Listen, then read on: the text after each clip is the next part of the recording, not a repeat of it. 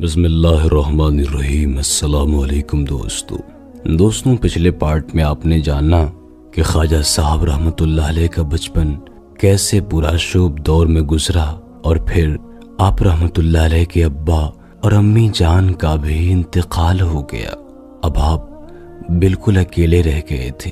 پھر ایک دن آپ کو ابراہیم قندوزی رحمۃ اللہ علیہ سے ملاقات ہوتی ہے اور یہیں سے آپ کی دنیا بدل جاتی ہے۔ آپ اپنا سب کچھ بیچ کر اللہ کی راہ میں لٹا دیتے ہیں اور پھر پورب کی طرف نکل پڑتے ہیں۔ لیکن آج کی اس ویڈیو میں ہم جانیں گے کہ خواجہ صاحب رحمۃ اللہ علیہ نے روحانیت کی منزلیں کیسے عبور کی، کیسے آپ رحمۃ اللہ علیہ کو ہندوستان کا راجہ بنایا گیا اور کس نے بنایا۔ یہ سب کچھ آج کی اس ویڈیو میں آپ جانیں گے، لہٰذا اس ویڈیو کو آخر تک ضرور دیکھیے گا۔ دوستوں، علوم ظاہری حاصل کرنے کے بعد حضرت خواجہ غریب نواز رحمۃ اللہ علیہ مرشد کامل کی تلاش میں نکلے۔ اب آپ کا رخ عراق کی طرف تھا۔ راستے میں نیشا پور کا شہر تھا جس میں حضرت عثمان ہارونی رحمۃ اللہ علیہ آرام فرما تھے۔ حضرت خواجہ معین الدین چشتی رحمۃ اللہ علیہ ابھی تک ایک عام طالب علم کی حیثیت سے حضرت عثمان ہارونی رحمۃ اللہ علیہ کی خدمت میں حاضر ہوتے رہے، مگر شیخ نے جب آپ کی طرف کوئی دھیان نہ دیا تو خواجہ صاحب کئی بار عقل نے فریب کیا کہ یہاں پر تیرے مقدر کا کچھ بھی نہیں ہے، کسی دوسرے آستانے پر چلا جا۔ خیالات کی یہ سرکشی بڑی خوفناک تھی، لیکن آپ نے ہمت سے اس پر قابو پا لیا اور مسلسل خواجہ عثمان ہارونی رحمۃ اللہ علیہ کی بارگاہ میں حاضری دیتے رہے۔ پھر ایک دن آپ رحمۃ اللہ علیہ نے حضرت خواجہ عثمان ہارونی رحمۃ اللہ علیہ کی خدمت میں اپنی خواہش کا اظہار کر دیا۔ میری دلی تمنا ہے کہ حضور مجھے مستقل غلامی کا شرف بخشیں۔ خواجہ معین الدین چشتی رحمۃ اللہ علیہ کا اشارہ ولایت کی طرف تھا۔ اس کے جواب میں حضرت خواجہ عثمان ہارونی رحمۃ اللہ علیہ نے فرمایا، اے بیٹا، مجھ سے اپنا ہی بوجھ نہیں اٹھتا تو پھر تمہارا بھاری بوجھ میں کیسے اٹھاؤں گا۔ حضرت عثمان ہارونی رحمۃ اللہ علیہ آپ کو ٹالنا چاہتے تھے، مگر خواجہ صاحب ضد کر رہے تھے۔ خواجہ معین الدین چشتی رحمۃ اللہ علیہ نے فرمایا کہ آپ کے سینکڑوں غلام ہیں نا، وہاں پر ایک غلام کے اضافے سے کیا فرق پڑ جائے گا۔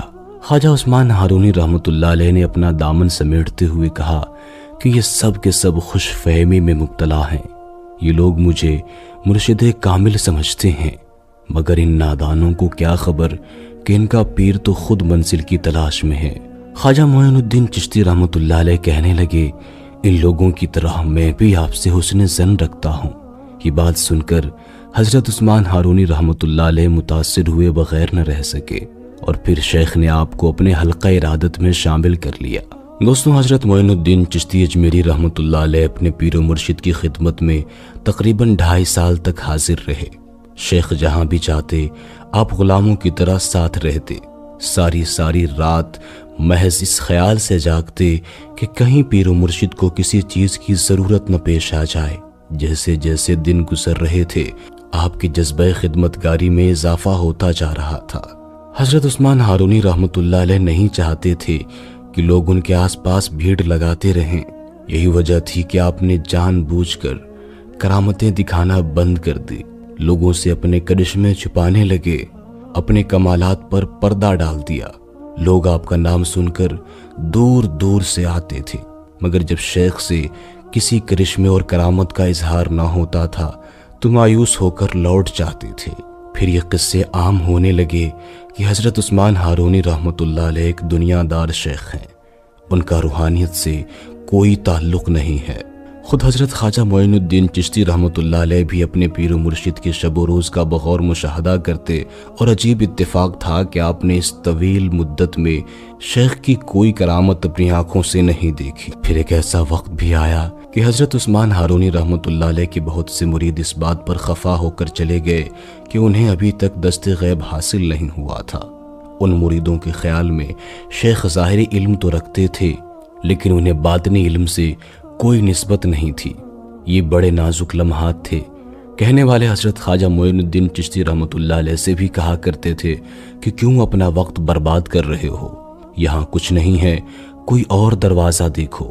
خواجہ معین الدین چشتی رحمۃ اللہ علیہ بدگمانوں کے اس گروہ کو سخت ترین جواب دیتے اور پھر انتہائی ذوق و شوق سے اپنے شیخ کی خدمت میں مشغول ہو جاتے۔ ایک بار حضرت عثمان ہارونی رحمۃ اللہ علیہ شہر سے باہر تشریف لے گئے۔ خواجہ معین الدین چشتی رحمۃ اللہ علیہ کا معمول تھا کہ آپ ہر وقت پیر و مرشد کے ساتھ رہتے۔ اس مرتبہ بھی دوران سفر آپ اس طرح شیخ کے پیچھے پیچھے چل رہے تھے کہ جیسے کوئی غلام اپنے آقا کے ہمراہ ہو۔ حضرت خواجہ عثمان ہارونی رحمۃ اللہ علیہ کا تمام سامان خواجہ معین الدین چشتی رحمۃ اللہ علیہ کے سر پر تھا، اور آپ اس خوش نصیبی پر اس قدر خوش تھے جیسے دونوں جہاں کی دولت ہاتھ آ گئی ہو۔ شیخ نے ایک غیر آباد علاقے میں قیام کیا، پھر بڑے عجیب سے لہجے میں خواجہ صاحب سے فرمایا، معین الدین، ساری دنیا چلی گئی ہے، اب تم بھی چلے جاؤ۔ اگر ہمارے پاس کچھ ہوتا تو لوگ اس طرح خالی ہاتھ کیوں لوٹ جاتے؟ آج حضرت عثمان ہارونی رحمۃ اللہ علیہ کے بات کرنے کا انداز ہی کچھ اور تھا۔ تم کئی سال سے ناکام و نامراد بھٹک رہے ہو، مگر تم نے کیا پایا؟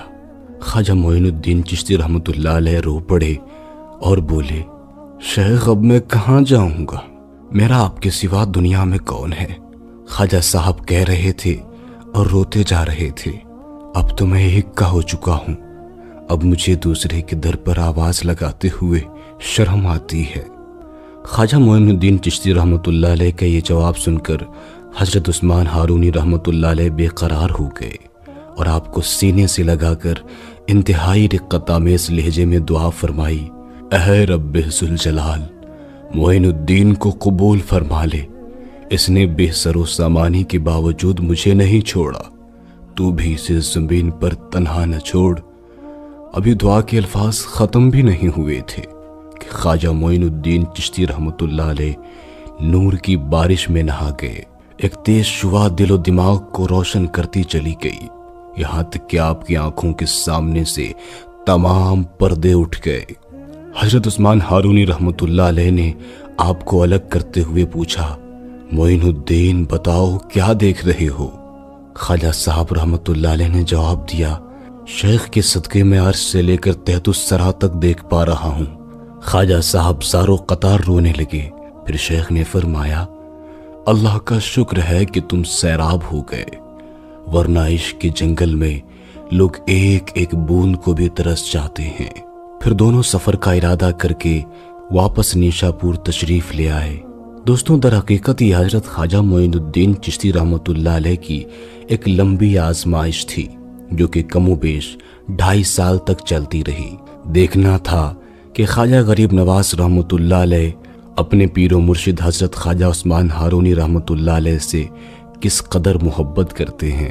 اور جب یہ 2.5 سال گزر گیا تو اس کے بعد حضرت عثمان ہارونی رحمۃ اللہ علیہ سے جو آپ بے شمار کرامات چلے گئے تھے سب لوٹ آئے۔ ہزاروں افراد نے ایک نگاہ کرم کی بھیک مانگی، مگر حضرت خواجہ عثمان ہارونی رحمۃ اللہ علیہ یہی فرماتے رہے، جو کچھ میرے پاس تھا میں نے سب معین الدین کے حوالے کر دیا ہے۔ اس سلسلے میں ایک روایت یہ بھی ہے کہ حضرت عثمان ہارونی رحمۃ اللہ علیہ حضرت خواجہ غریب نواز رحمۃ اللہ علیہ کو لے کر مکہ مکرمہ میں حاضر ہوئے، اور خانہ کعبہ کا طواف کرنے کے بعد شیخ نے بلند آواز میں فرمایا، الہی معین الدین حاضر ہے، اپنے اس عاجز بندے کو شرف قبولیت عطا فرما۔ جواب میں غیب سے ایک آواز سنائی دی، ہم نے اسے قبول کر لیا ہے، بے شک یہ معین الدین ہے، یعنی دین کا مددگار ہے۔ مکہ مکرمہ میں ٹھہرنے کے بعد شیخ عثمان ہارونی رحمۃ اللہ علیہ حضرت خواجہ غریب نواز رحمۃ اللہ علیہ کو لے کر نبی اکرم صلی اللہ تعالیٰ علیہ وآلہ وسلم کے دربار میں مدینہ شریف حاضر ہوئے۔ پھر جیسے ہی سرکار مدینہ صلی اللہ تعالیٰ علیہ وآلہ وسلم کے قریب پہنچے، شیخ کامل عثمان ہارونی رحمۃ اللہ علیہ نے خواجہ معین الدین چشتی رحمۃ اللہ علیہ کو حکم دیا، آقائے نامدار صلی اللہ تعالیٰ علیہ وآلہ وسلم کے حضور سلام پیش کرو۔ حضرت خواجہ معین الدین چشتی اجمیری رحمۃ اللہ علیہ نے گداز قلب کے ساتھ لرزتی ہوئی آواز میں کہا، السلام علیکم یا سید المرسلین، یعنی اے رسولوں کے سردار، آپ پر سلامتی ہو۔ جب آپ رحمۃ اللہ علیہ نے سلام کیا تو وہاں موجود تمام لوگوں نے سنا کہ کہ رسول اکرم صلی اللہ تعالی علیہ وآلہ وسلم کی بارگاہ سے جواب آیا، وعلیکم السلام یا سلطان الہند، یعنی اے ہندوستان کے بادشاہ، تم پر بھی اللہ کی سلامتی ہو۔ اس کے بعد شیخ نے حضرت خواجہ صاحب کو مبارکباد دیتے ہوئے فرمایا، معین الدین تم بہت خوش نصیب ہو، تمہیں دونوں مقامات پر قبولیت کی سند عطا ہوئی ہے۔ آنے والے دور میں ہندوستان کے بت خانے تمہاری سرگرمیوں کا مرکز بنیں گے۔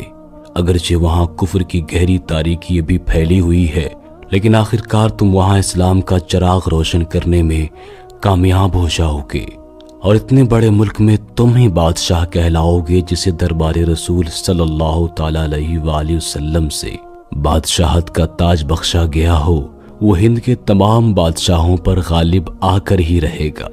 شیخ کا فرمان سننے کے بعد خواجہ صاحب رحمۃ اللہ علیہ نے مدینہ شریف کی مٹی کو چوم لیا اور روضہ رسول صلی اللہ تعالی علیہ وآلہ وسلم کی جالیاں پکڑ کر رونے لگے۔